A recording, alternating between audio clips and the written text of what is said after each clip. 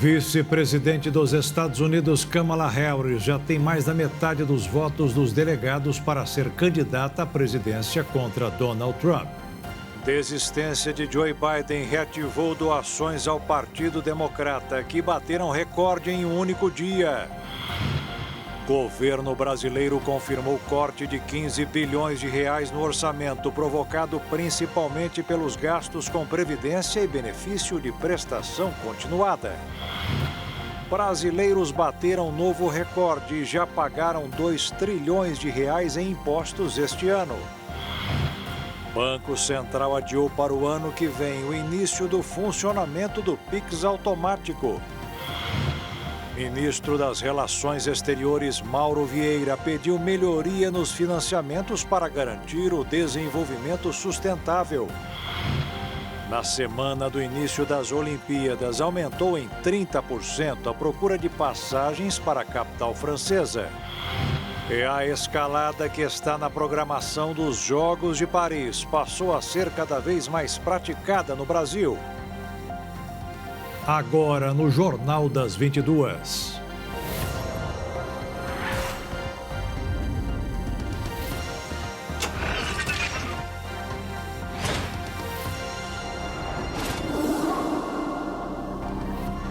Olá, boa noite.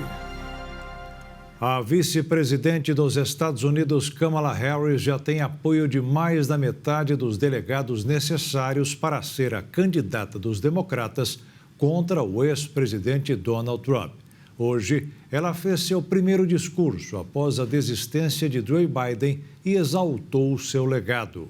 Prevista para ser realizada entre 19 e 22 de agosto, a Convenção Nacional Democrata em Chicago, que deveria ser uma coroação para Biden, agora se torna uma disputa aberta na qual quase 4.700 delegados serão responsáveis por escolher o novo representante para desafiar o republicano Donald Trump. Mesmo com Biden endossando Kamala Harris, existem questões sem resposta sobre logística, financiamento e repercussão política. Biden foi candidato único nas prévias do partido no primeiro semestre e venceu em todos os estados, perdendo apenas no território de Samoa, americana. Pelo menos 3.896 delegados foram comprometidos a apoiá-lo. As regras atuais do partido não permitem que ele passe esses delegados para outro candidato. Politicamente, no entanto, seu apoio declarado a Kamala Harris provavelmente terá alguma influência. Mesmo assim, a atual vice-presidente do país precisará solidificar o apoio de quase 4.000 delegados dos estados, territórios e Distrito de Colômbia, além de mais de 700 chamados superdelegados, que incluem líderes do partido, certos funcionários eleitos e ex-presidentes e vice-presidentes. Ao mesmo tempo, líderes do partido dos 50 estados dos Estados Unidos anunciaram apoio à candidatura de Kamala Harris à presidência do país após o presidente Joe Biden ter desistido da disputa. O apoio em massa indica a formação de um consenso no partido sobre quem deverá ser o candidato da legenda para disputar a Casa Branca contra Trump. Além disso, várias figuras significativas que poderiam ter sido esperadas para desafiar Harris na candidatura democrata, incluindo os governadores Gavin Newsom, Gretchen Whitmer e Josh Shapiro, indicaram que não irão concorrer. Kamala Harris apareceu publicamente pela primeira vez nesta segunda-feira, após ter se tornado o principal nome do partido para assumir a candidatura democrata. Em breve discurso no contexto de um evento da Associação Atlética Universitária Nacional na Casa Branca em Washington, ela agradeceu o apoio de Joe Biden e elogiou o seu legado como presidente. Joe Biden's legacy of accomplishment over the past 3 years is unmatched in modern history. His honesty, sua honestidade, integridade, seu compromisso com sua fé e sua família, seu grande coração e seu amor profundo pelo nosso país. Sou testemunha de que todos os dias o nosso presidente Joe Biden luta pelo povo americano. Somos profundamente gratos por seu serviço à nossa nação. Em menos de 24 horas, segundo a equipe de Kamala Harris, ela arrecadou mais de 50 milhões de dólares, o equivalente a 277 milhões de reais. A quantia, segundo o New York Times, é parte de uma soma ainda maior coletada por meio do ActBlue, o portal de doações usado por democratas em todas as eleições. Até amanhã desta segunda, o site já havia processado mais de 80 milhões de dólares, quase 444 milhões de reais, desde o anúncio de Biden. Além disso, isso, segundo o levantamento da Associated Press, Kamala já tem mais de 850 delegados democratas a apoiando, cerca de 43% do total necessário para conseguir a nomeação. Com 81 anos de idade, o presidente dos Estados Unidos, Joe Biden, viu o apoio à sua candidatura ruir após uma série de gafes. Neste domingo, o presidente retirou oficialmente seu nome da disputa à reeleição e manifestou apoio a Kamala Harris, sua vice-presidente.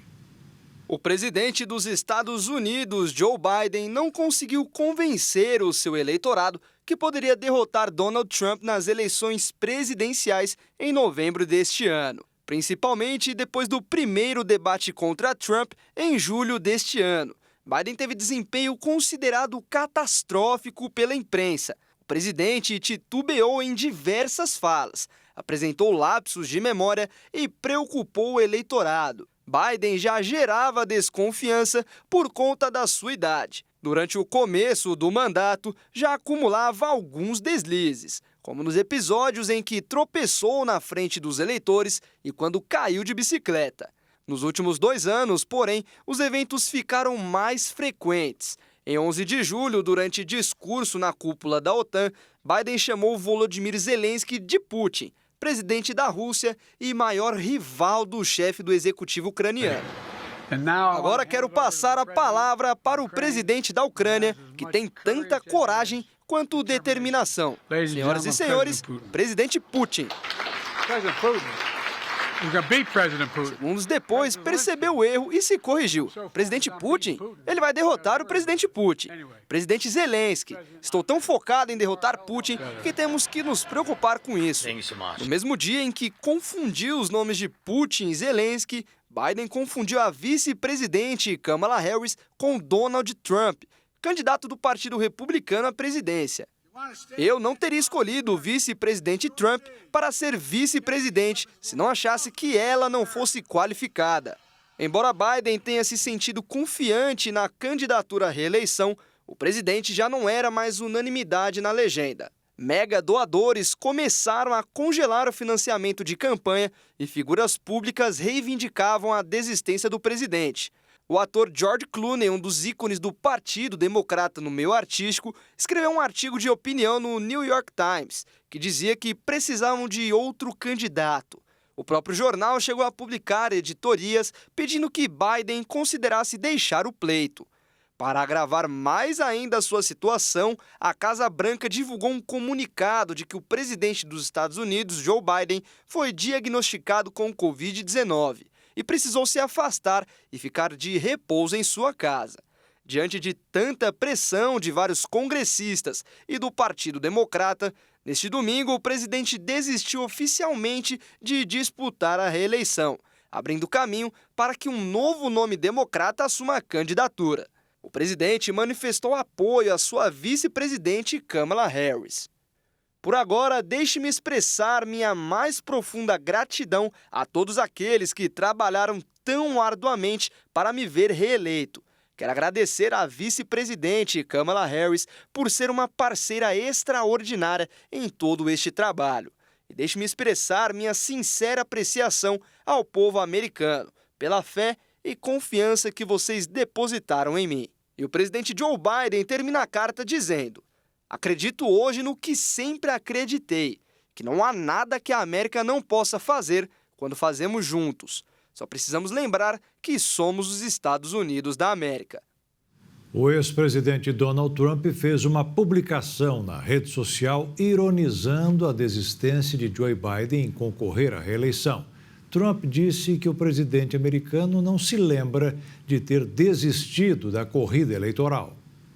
No primeiro debate contra Donald Trump em julho deste ano, Biden teve desempenho considerado catastrófico pela imprensa e por analistas estadunidenses. O presidente titubeou em diversas falas, apresentou lapso de memória e preocupou o eleitorado. O presidente dos Estados Unidos, Joe Biden, não conseguiu convencer completamente o Partido Democrata e seu eleitorado de que estava apto para derrotar Donald Trump nas eleições presidenciais deste ano, quando veio comunicado neste final de semana que estaria fora da corrida eleitoral. Com isso, o seu maior rival, candidato à Casa Branca, o ex-presidente Donald Trump, publicou nesta segunda-feira na Truth Social, que é uma plataforma de mídias sociais pertencente ao candidato do Partido Republicano, ironizando a desistência de Joe Biden em concorrer para a reeleição. Na postagem, Trump afirma que o atual presidente dos Estados Unidos não se lembra de ter desistido da corrida eleitoral.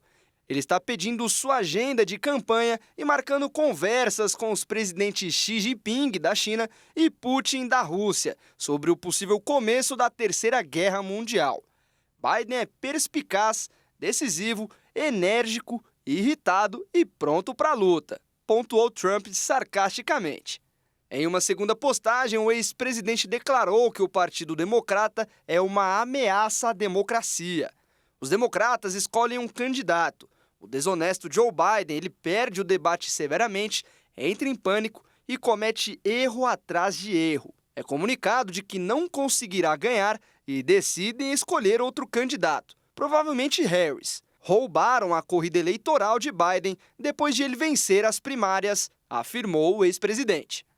E veja a seguir, governo brasileiro confirmou corte de 15 bilhões de reais no orçamento, provocado principalmente pelos gastos com previdência e benefício de prestação continuada. E os brasileiros bateram um novo recorde, porque já pagaram 2 trilhões de reais em impostos este ano.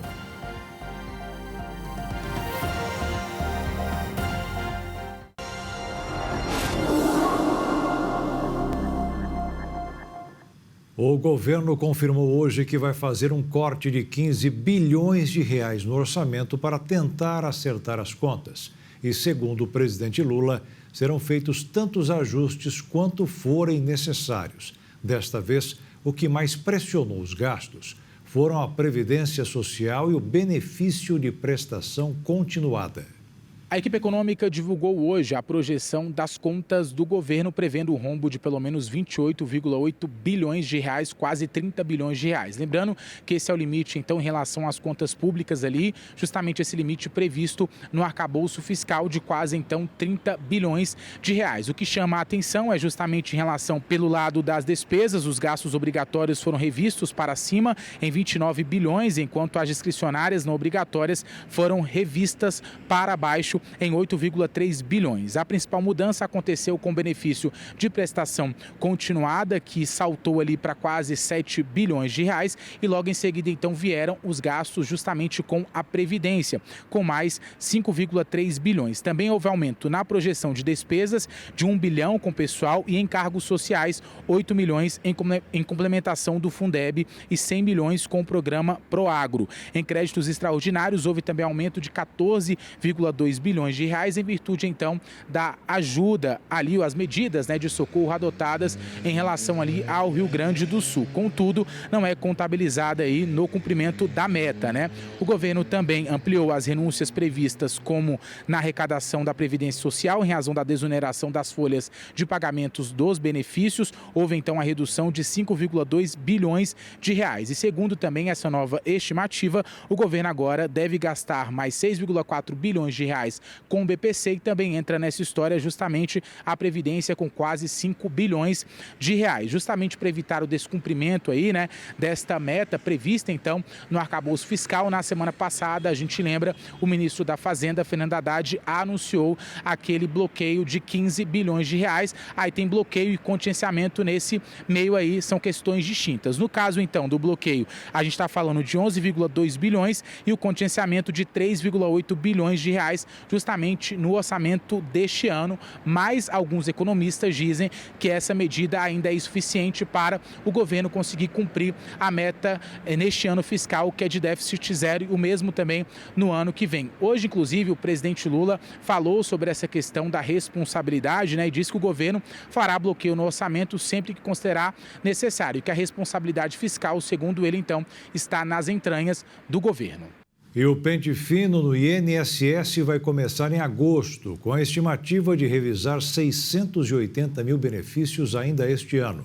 O foco é checar benefícios por incapacidade temporária e benefícios de prestação continuada. O objetivo do pente fino do Instituto Nacional do Seguro Social é combater fraudes e irregularidades no pagamento de benefícios, mas também cortar gastos e abrir espaço no orçamento da União. Isso porque a meta fiscal do governo, deste e do próximo ano, é zerar o déficit das contas públicas, ou seja, gastar apenas o que arrecadar. Os pedidos de prorrogação do benefício por incapacidade temporária, antigo auxílio-doença, já estão sendo direcionados para a perícia médica presencial. A revisão desses casos está sendo antecipada. De acordo com o INSS, antes, o segurado pedia prorrogação e era automática. Agora, aqueles que têm um afastamento por um período curto estão sendo encaminhados para a perícia presencial. O foco, a partir de agosto, é checar 2 tipos de benefícios que tenham sido concedidos há mais de 2 anos. O benefício por incapacidade temporária, que é pago ao segurado, que está incapacitado para o trabalho por mais de 15 dias por causa de doença ou acidente, e o benefício de prestação continuada, que é pago a idosos com 65 anos ou mais e a pessoas com deficiência em qualquer idade. A estimativa do INSS é que pelo menos 680 mil benefícios sejam revistos até o fim do ano. O governo calcula chegar a 800 mil até o fim do programa de revisão, que não tem prazo para acabar. Começando mais uma semana no mercado financeiro, os investidores repercutiram as contas do governo brasileiro e a desistência do presidente Joe Biden de disputar a reeleição nos Estados Unidos. Para o dólar, o resultado foi uma queda de 0,61%, cotado em R$ 5,56 na venda. Na Bolsa de Valores, o movimento foi de uma ligeira alta, quase estabilidade de 0,19% aos 127.859 pontos. E hoje ocorreu a liquidação da oferta pública de privatização da Sabesp, a Companhia de Saneamento Básico do Estado de São Paulo. O Grupo Equatorial arrematou, sem concorrência, 15% das ações da companhia. Mesmo com a desestatização, o governo paulista segue agora sendo sócio da Sabesp. O processo de privatização da Companhia de Saneamento Básico do Estado de São Paulo foi finalizado nesta segunda-feira. Mesmo com a desestatização, o governo paulista segue sendo sócio da Sabesp, mas reduzirá a sua participação para 18,3%. Os outros 17% foram ofertados para o mercado. 40% das ações são negociadas na Bolsa Brasileira e 9,7% estão na Bolsa de Nova York. O Grupo Equatorial arrematou os outros 15% das ações da companhia sem concorrência. Com a chegada da Equatorial, o governo de São Paulo garantiu a universalização do saneamento básico até 2029, 4 anos antes do previsto. Mesmo aumentando os investimentos na ampliação de água e esgoto, o governo paulista garantiu que não repassará esse acréscimo aos usuários. O governo Tarcísio de Freitas intensificou as negociações da privatização da Sabesp nos últimos 30 dias. Tarcísio viajou ao exterior para apresentar um novo plano da companhia para investidores, mas não revelou detalhes. A privatização de estatais de saneamento ganhou força com a aprovação há 4 anos do Marco do Saneamento, que busca elevar investimentos privados no setor e definiu a meta de levar água encanada a 99% da população e coleta de lixo a 90% até 2030. Um dos argumentos a favor do marco é atrair recursos para construir redes de esgoto nas regiões mais negligenciadas, que sofrem com as doenças associadas à falta de saneamento básico. De acordo com o governo, ele não optou por vender completamente a Sabesp, mas transmitir sua gestão a um acionista de referência. A Equador tem experiência consolidada no setor de distribuição de energia. Ela pagou 6 bilhões e 900 milhões de reais pelas ações, a um preço unitário de R$ 67. Com o processo de privatização, o Estado de São Paulo vendeu 32% de suas ações na empresa por 14 bilhões e 800 milhões de reais. Os brasileiros bateram um novo recorde pagando impostos. O valor desde o começo do ano chegou aos 2 trilhões de reais. Segundo a Associação Comercial de São Paulo, o dinheiro sai do bolso do contribuinte 40 dias antes do que no mesmo período do ano passado. Desde o início deste ano, os contribuintes brasileiros já somaram 2 trilhões de reais pagos em impostos aos governos federal, estadual e municipal. De acordo com o Impostômetro, painel instalado na sede da Associação Comercial de São Paulo, no centro histórico da capital paulista, a marca foi atingida na manhã deste domingo. Entram na contabilidade os impostos, taxas e contribuições, incluindo multas, juros e correção monetária. Em igual período do ano passado, o impostômetro havia alcançado o nível de 1 trilhão e 700 bilhões de reais, o que indica um crescimento de 17,6% nesta métrica. Esse avanço foi registrado 40 dias mais cedo neste ano, sob influência do aumento da atividade econômica, renda e emprego, além do impacto da inflação e da reintegração do PIS e COFINS nos combustíveis. Segundo economistas da associação, na medida em que os preços dos bens e serviços aumentam, a arrecadação também cresce. Além disso, a elevação da atividade econômica tem um impacto positivo na arrecadação. O preço da maçã nacional deverá aumentar este ano, culpa do excesso de chuvas que não ajudaram a produção de Santa Catarina, o maior produtor do fruto no país. A produção de maçã em Santa Catarina, o maior produtor nacional, encerrou a safra 2023-2024 com uma queda de 24%, totalizando 423 mil toneladas. Este é o menor volume registrado na série histórica mapeada pelo Observatório Agrocatarinense, representando as quase 555 mil toneladas colhidas na safra anterior, segundo o Centro Social, Econômico e Planejamento Agrícola, EPAGRE-CEPA, órgão de pesquisa ligado ao governo do estado. A queda na produção foi impulsionada por problemas climáticos, principalmente o excesso de chuvas durante o período da floração. As chuvas intensas não apenas reduziram a produtividade dos pomares, como também causaram problemas fitossanitários, prejudicando a qualidade e o volume da fruta. As variedades Gala e Fuji, que juntas representam 98% da produção catarinense de maçãs, foram as mais afetadas. A produtividade da maçã Gala caiu 27,35%, atingindo apenas 27,9 toneladas por hectare, enquanto a Fuji teve uma redução de 26%, com uma produtividade média de 25,7 toneladas por hectare. A produção de maçãs precoce também sofreu um decréscimo, embora por motivos diferentes. Neste caso, a redução da área plantada foi o principal fator que impactou o volume total colhido. Apesar da produtividade ter aumentado em 5,66%, atingindo 30,7 toneladas por hectare, a área colhida diminuiu 15,5%, resultando em uma produção total de 9,45 mil toneladas, 10,35% menor que a safra anterior. A expectativa é que a próxima safra apresente melhores condições climáticas, permitindo uma recuperação no produto e na produção de volume de maçãs colhidas no estado. E veja a seguir: o Banco Central adiou para o ano que vem o início do funcionamento do Pix automático. E o ministro das Relações Exteriores, Mauro Vieira, pediu melhoria nos financiamentos para garantir o desenvolvimento sustentável.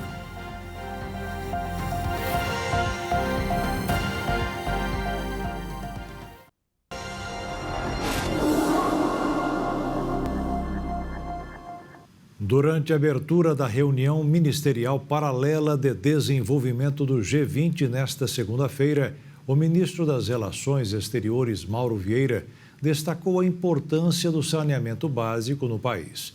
O evento aconteceu no Rio de Janeiro e reuniu representantes das 19 grandes economias globais.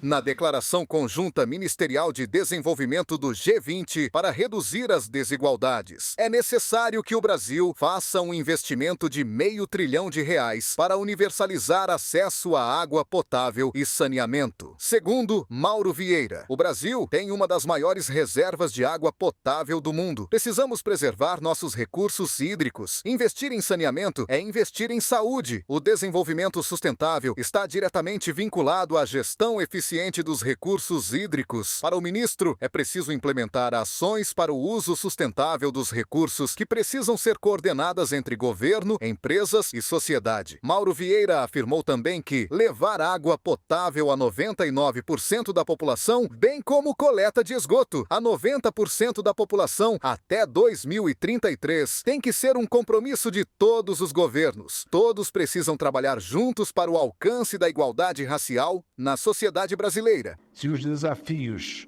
ainda são enormes, o trabalho tem trazido frutos. A ONU Água reconheceu o Brasil, ao lado de Gana e Singapura, pelo progresso rumo ao cumprimento do ODS 6.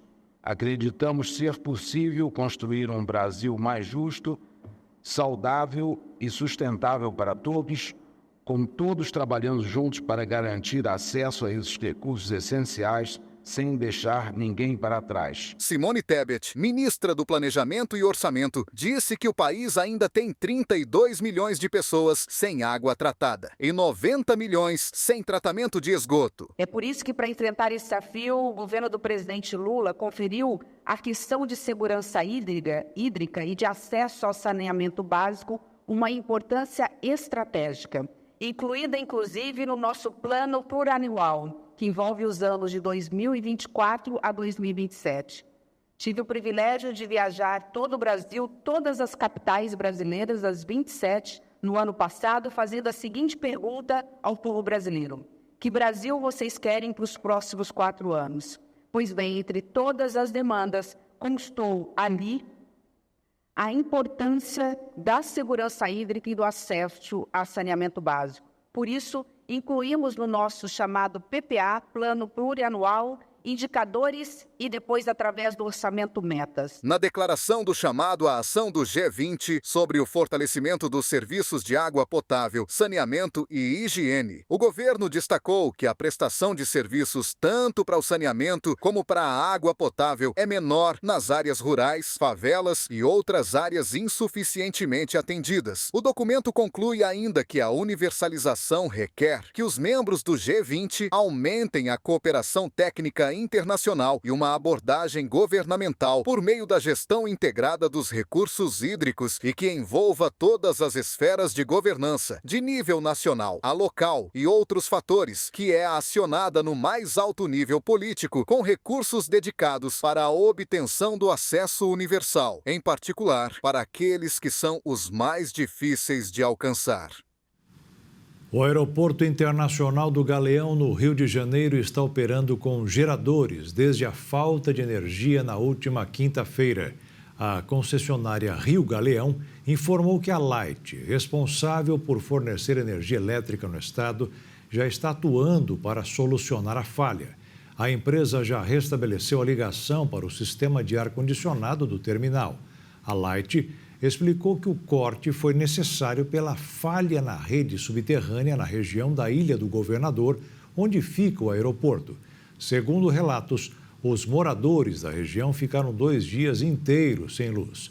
A energia foi restabelecida ontem à tarde, mas alguns lugares, ainda afetados, têm que ser tratados de maneira isolada, assim como o aeroporto.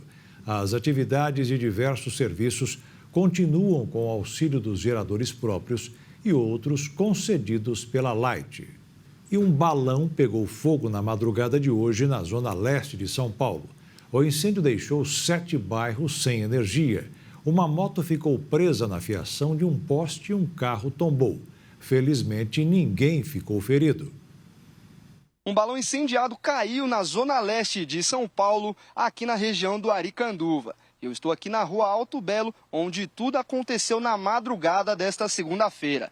O balão atingiu uma creche da prefeitura por volta das 2 horas da madrugada e derreteu uma caixa d'água e atingiu o parquinho.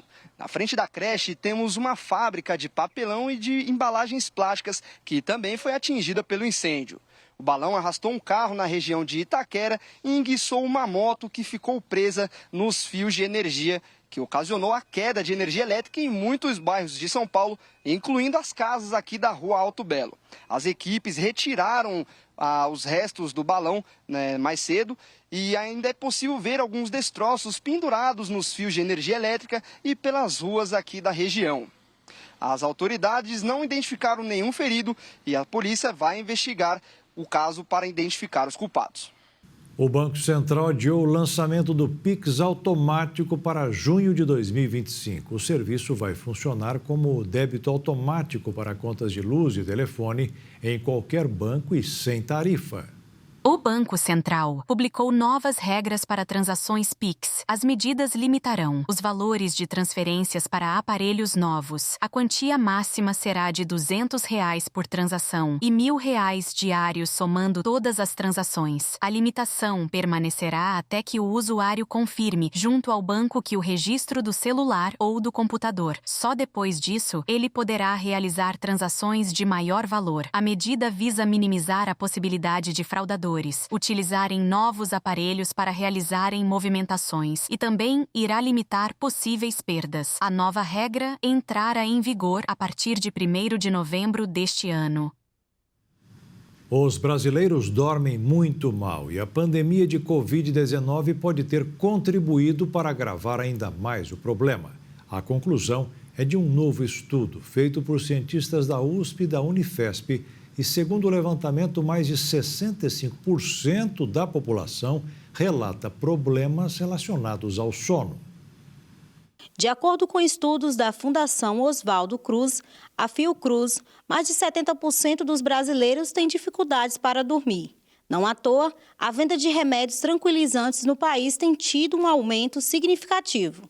O estresse, a ansiedade e até mesmo cenários duvidosos, como os vividos durante a pandemia, são alguns fatores que contribuem para distúrbios do sono, como explica a doutora Leninha Wagner. A pandemia contribuiu significativamente para o aumento dos problemas de sono. O isolamento social, a mudança na rotina, o aumento de estresse e a ansiedade relacionada à saúde e principalmente a situação econômica impactaram negativamente a qualidade do sono de muitas pessoas. Além da pandemia, outros fatores que influenciam a qualidade do sono incluem o uso excessivo de dispositivos eletrônicos antes de dormir, uma rotina irregular, consumo de cafeína ou álcool, ambientes de sono inadequado, com luz excessiva ou muito ruído e condições médicas ou psicológicas como apneia do sono, ansiedade e depressão. Uma alternativa natural é o chá, algo consumido por Dona Helena. O sono às vezes pega, viu? A gente trabalha o dia todo e tal, e quando você vai deitar você não acha o sono mais. Acho que é muito estresse. Isso tem ocorrido já há algum tempo? Você tem tomado medicação? Medicação eu não estou tomando muito chá natural. Medicamentos naturais são alternativas encontradas em farmácias, porém a procura pelos ansiolíticos tem sido maior. Os riscos associados ao uso prolongado desses medicamentos é motivo de preocupação, como explica a farmacêutica. Esses medicamentos com orientação médica, eles têm uma eficácia, um uso bem seguro, né? Porém, a longo prazo, eles podem causar dependência nas pessoas, né? Mas os naturais, eles não têm nenhum risco? Não, eles não têm esse tipo de interação medicamentosa e nem esse risco também de dependência, né? Que eles só auxiliam no sono e na ansiedade. Outro grande vilão da insônia é o estresse. A falta de sono prejudica a saúde física e mental, afeta o desempenho diário e o bem-estar. Jamile sente na pele tudo isso. Tomo remédio de ansiedade por conta do estresse de trabalho. Aí, por isso, eu estou tomando esse remédio para ver se eu consigo dormir, agora que está normalizando meu sono. Mas antes eu não conseguia dormir nada. A doutora afirma que para dormir bem é necessário ter uma rotina. Para dormir bem, é importante manter uma rotina regular de sono, criar um ambiente propício para o descanso, escuro, silêncio e conforto, evitar estimulantes como cafeína antes de dormir e limitar o uso de dispositivos eletrônicos à noite. Técnicas de relaxamento, como meditação e respiração profunda, também são eficazes. Medicamentos devem ser a última opção. Preferivelmente, devem ser usados sob orientação médica e apenas quando outras intervenções não tiverem sucesso. Bom, é importante lembrar que a qualidade do sono afeta diretamente a saúde mental e física. Problemas de sono não devem ser negligenciados e, quando persistentes, é essencial buscar por ajuda profissional para uma boa avaliação adequada e um plano de tratamento personalizado. Além disso, práticas de higiene do sono, mudanças no estilo de vida podem ter um impacto positivo, significativo e duradouro. Enquanto muitos desfrutam de noites tranquilas e revigorantes, outros enfrentam um desafio diário para alcançar um sono reparador. Então, eu demoro muito para dormir. Geralmente, nos últimos dias eu estou dormindo 3 da manhã porque eu não estou conseguindo dormir. E depois da pandemia eu tive ansiedade, então agora que piorou tudo. Aí tem que dormir na base do remédio agora. Você chegou a ir ao médico? Já fui e fui diagnosticada com ansiedade. Como que você tem ficado durante o dia? Eu fico muito estressada. Muito. E tá abalando em tudo. Então, cabeça dói durante o dia. É muito estresse por coisas bestas. E veja a seguir, na semana do início das Olimpíadas, aumentou em 30% a procura de passagens para a capital francesa. E a escalada que está na programação dos Jogos de Paris passou a ser cada vez mais praticada no Brasil.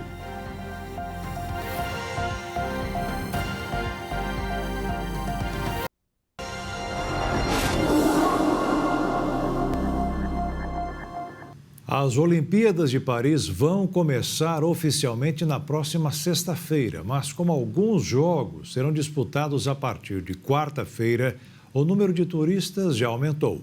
A procura por passagens teve um crescimento de 30%.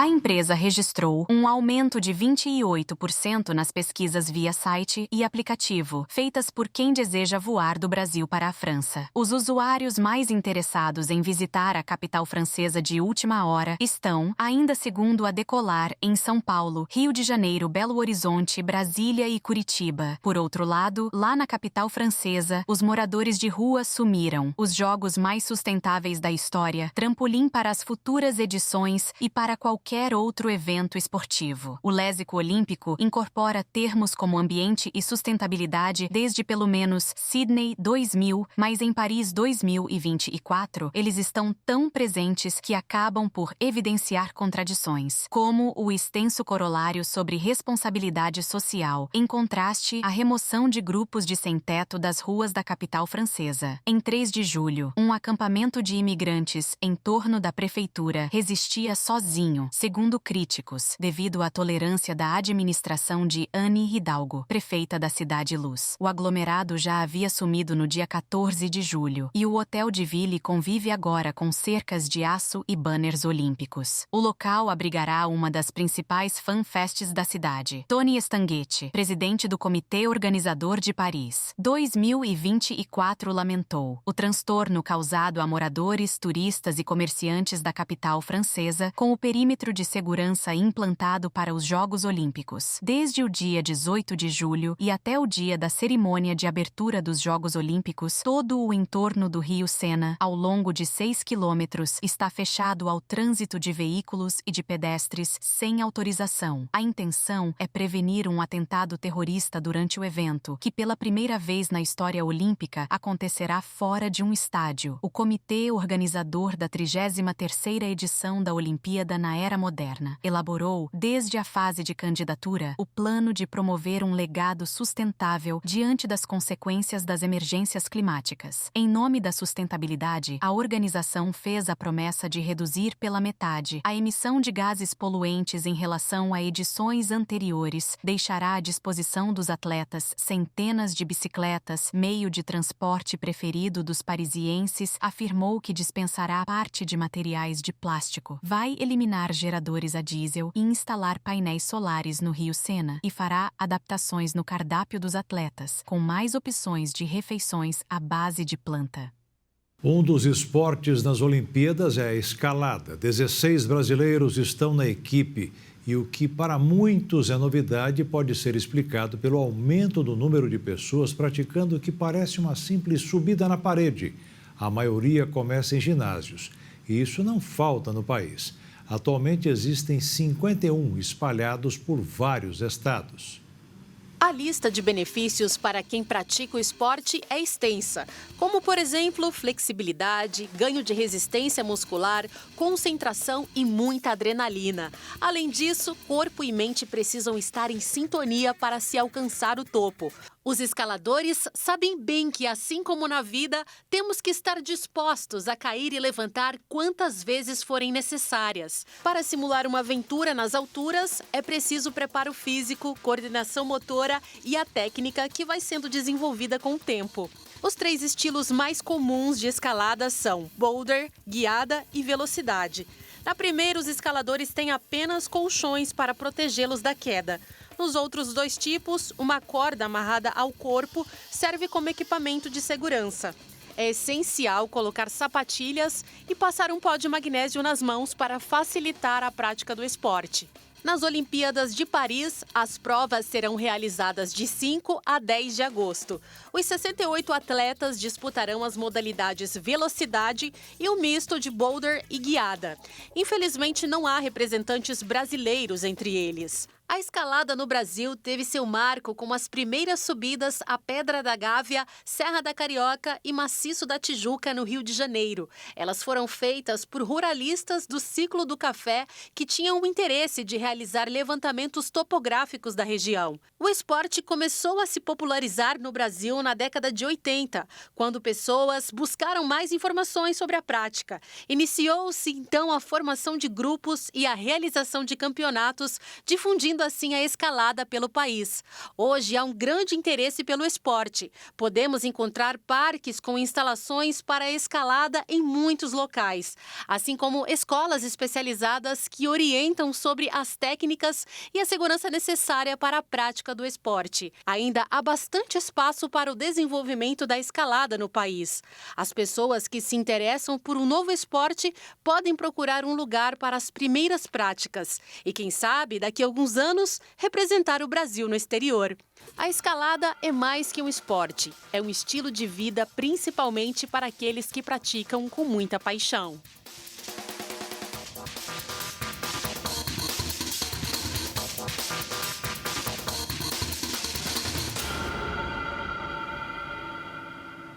E com o início dos Jogos de Paris 2024, em meio às tensões geopolíticas pela guerra em Gaza, dúvidas e preocupações de segurança são apontadas pela participação de Israel nas Olimpíadas. O conflito entre Israel e o Hamas na faixa de Gaza gera preocupações até em Paris, às vésperas dos Jogos Olímpicos. A equipe israelense, composta por 88 atletas, já chegou na capital francesa. Os esportistas vão estar submetidos a um grande protocolo de segurança durante o evento. O presidente de Israel, Isaac Herzog, anunciou no domingo que vai estar na Cidade Luz para a cerimônia de abertura na sexta-feira. Herzog também vai participar do evento que o presidente francês, Emmanuel Macron, organizará para os chefes de Estado presentes no início dos Jogos Olímpicos.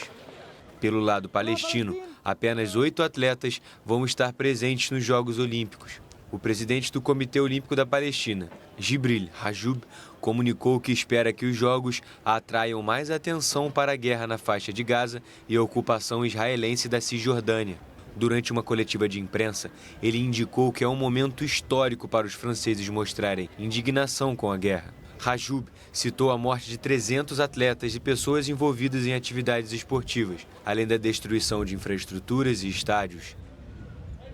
E para encerrar o Jornal das 22 desta segunda-feira, vamos até o Mato Grosso do Sul, onde ontem o missionário R.R. Soares fez uma visita à cidade de Campo Grande. O objetivo, como sempre, foi levar uma mensagem de fé e esperança aos fiéis.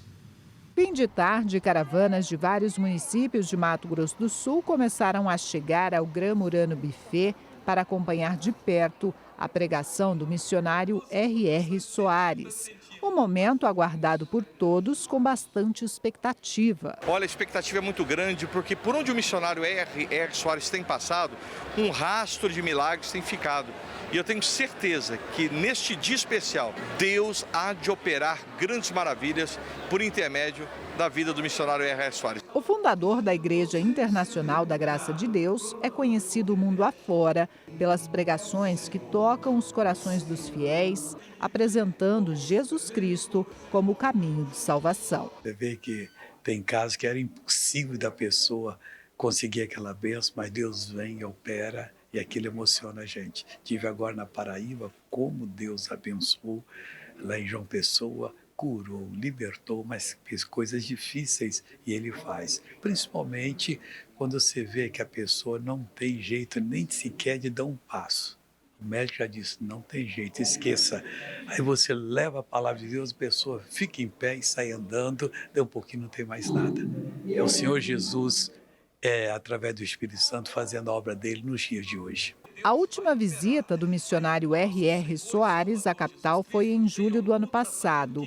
Sempre que vem ao estado, ele traz uma mensagem de fé e esperança.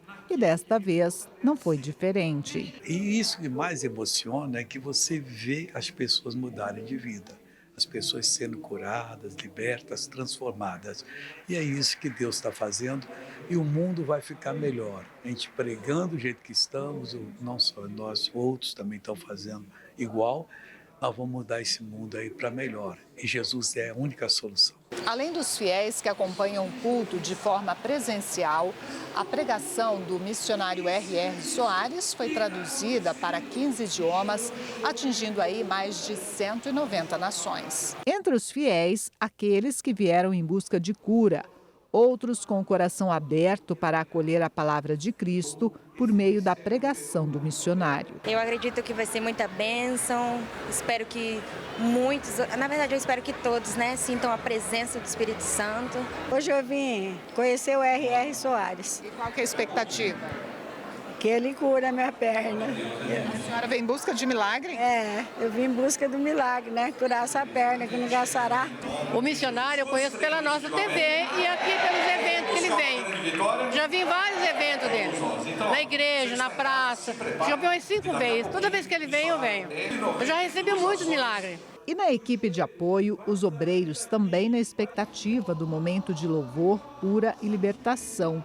O Kelvis, de 18 anos, conta que se converteu há 6. Faz há 6 anos que eu me converti assistindo ali a programação do Show da Fé na televisão e a partir desses 6 anos houve uma mudança na minha vida familiar também.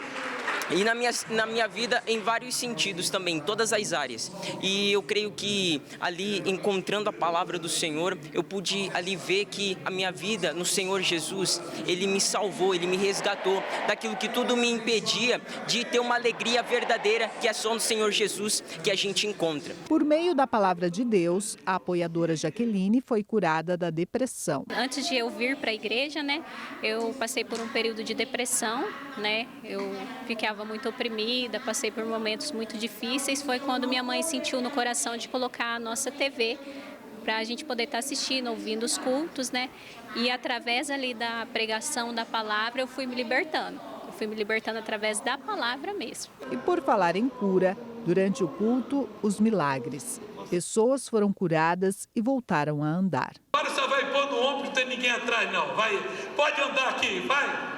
Olha só, aí pessoal, vai andando. Eu senti firmeza, sabe? Senti uma coisa bem segura, assim, parece alguma proteção de Deus. Então consegui afirmar minhas pernas, tudo. Muita emoção na minha vida. É uma emoção para mim hoje. É uma emoção de eu andar de novo.